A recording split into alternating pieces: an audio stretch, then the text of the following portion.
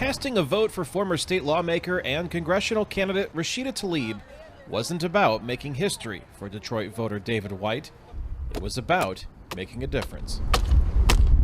Rashida represents everything that undermines those stereotypes. She doesn't just appeal to a Muslim community. I mean, she appeals to a wide swath of individuals, and it just so happens that she is a Muslim. That doesn't define you, and it shouldn't define you in the eyes of the nation.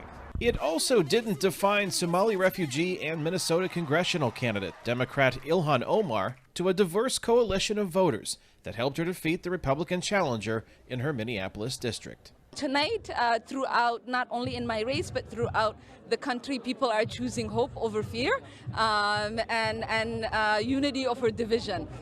While both women were elected in districts that heavily favored their political party, voters like Allison Brooks, who cast her ballot in the same Detroit polling location as Rashida Tlaib, says this historic moment was a long time coming.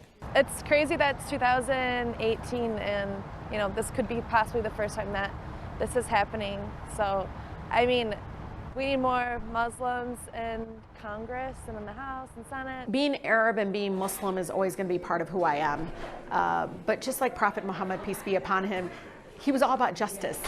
So much of my faith is very much embedded in that justice. Tlaib, who also becomes the first Palestinian American in Congress, promises her reputation as an outspoken critic of President Donald Trump and his administration's policies isn't going to change as she makes the transition from candidate to Congresswoman. It's never going to happen. Yeah, it's just not in me. I think people say to me all the time, we want it different, and that's why we voted for you. We need somebody that's going to go in and fight. A fight voter David White is confident she will deliver. Standing up in the middle of a speech and, shouting him down, we need some of that, right? We need some of that strong resistance, even though I don't necessarily identify, with that style.